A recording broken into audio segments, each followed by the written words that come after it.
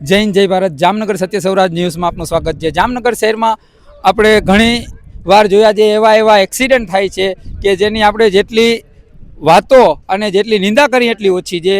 કાલે એક એક્સિડન્ટ થયું જામનગર કાલાવડ રોડ ઉપર.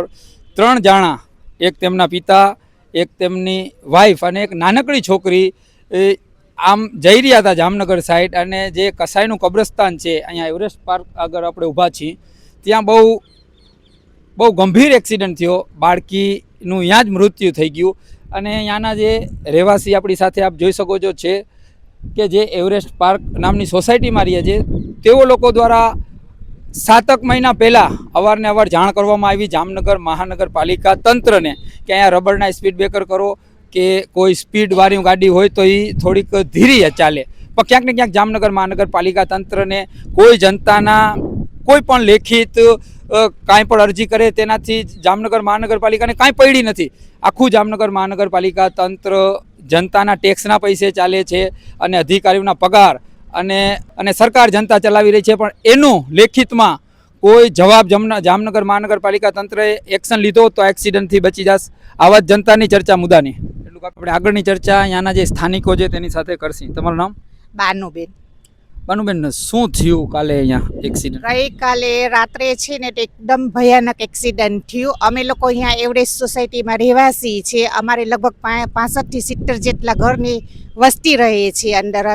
અમારા અહીંયા સોસાયટીના લોકોના બધેના નાના બાળકો છે, મરોડો છે, અમારા ટેમ કટેમ અવર જવર કરે છે.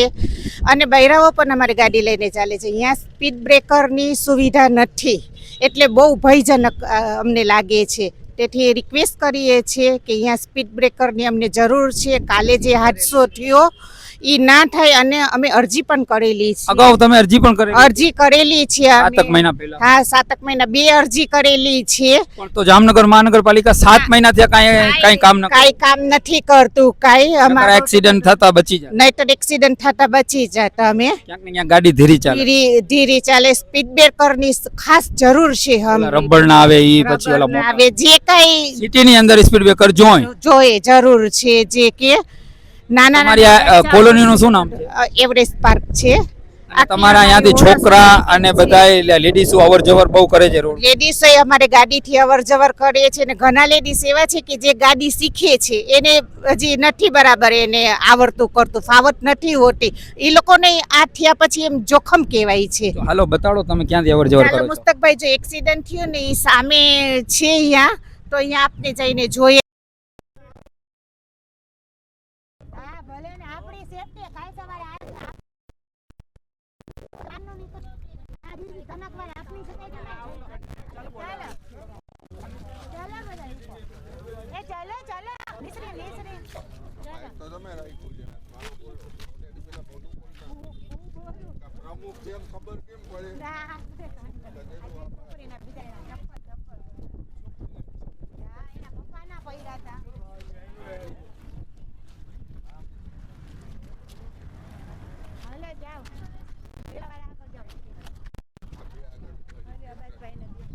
આવા જ જનતાની ચર્ચા મુદ્દાની આપણે ભાઈ સાથે આગળની ચર્ચા કરશી. તમારું નામ?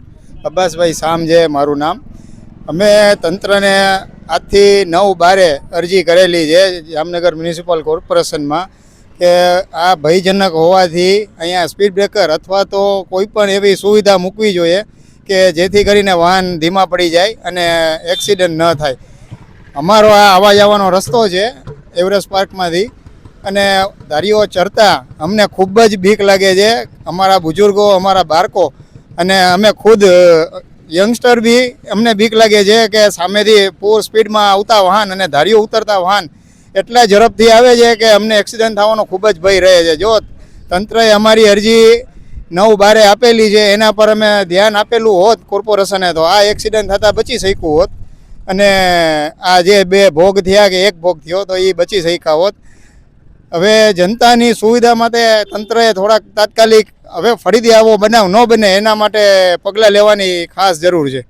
તંત્ર કાંઈક ને કાંઈક જે આ જે જનતા કોઈ પણ હોય, જનતા દેશ ચલાવે છે. આ પુલના પૈસા બધું આપણા ટેક્સના પૈસે થાય છે, તો પણ તંત્ર કેમ ધ્યાન નથી આપતું? જનતાની કોઈ પણ અરજી હોય તેના ઉપર તાત્કાલિક પગલાં કેમ તંત્ર નથી લેતું? એનું કારણ શું હશે?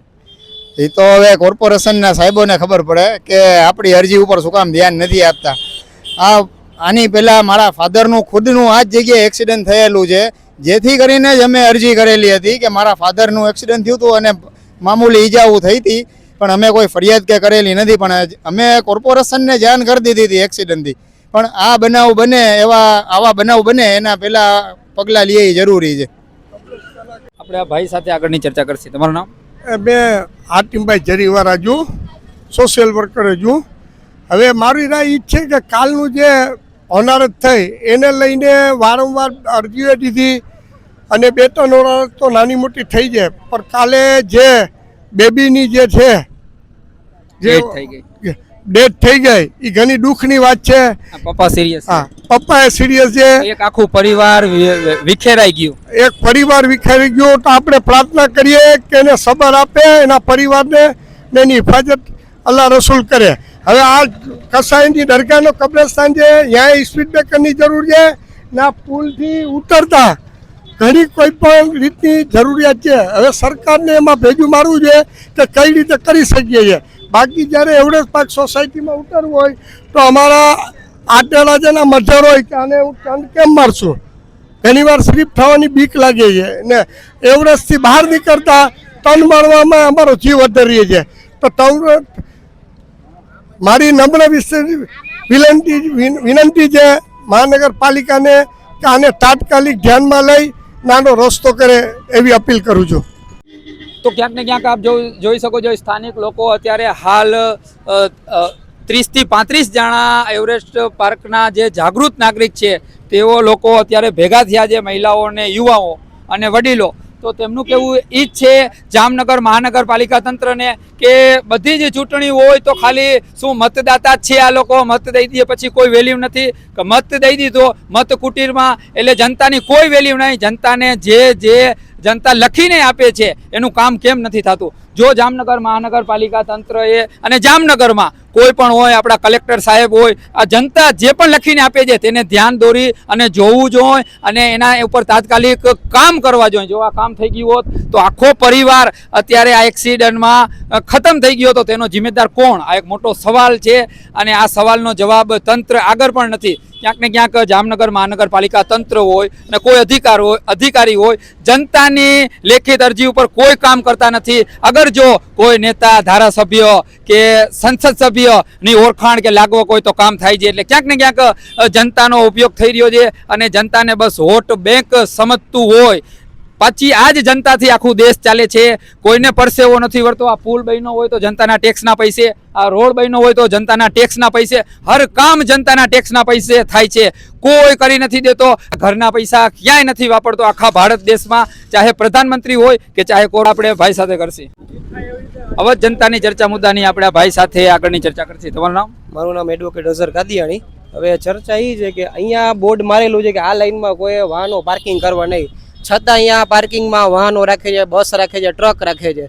ત્યાંથી સામેથી આવતા હોય અને સોસાયટીમાંથી જે આવતા હોય માણસો એને ખબર ના પડે કે કેવી રીતે આવવું, ને અહીંયાથી દેખાતી નહીં. પછી અહીંયા રાખે છે વાહન, નીચે સોસાયટીમાં અહીંયા પાર્કિંગની જગ્યા જ નથી તો અહીંયા પાર્ક કરે છે બસ અને ખટારા. નથી ચોખ્ખું લખ્યું છે કે અહીંયા તમે પાર્કિંગ ના કરો. આ 2 બોર્ડ માર્યા છે છતાં પાર્કિંગ કરે છે. અહીંયાથી કોઈને દેખાય નહીં, સોસાયટીમાંથી ચડતા હોય એને દેખાતું નથી. અહીંયા વાહન રાખ્યું તો સામેથી કોણ આવે છે, અહીંયાથી જે આવતા હોય એને અહીંયાથી નથી દેખાતું કોણ આવે છે.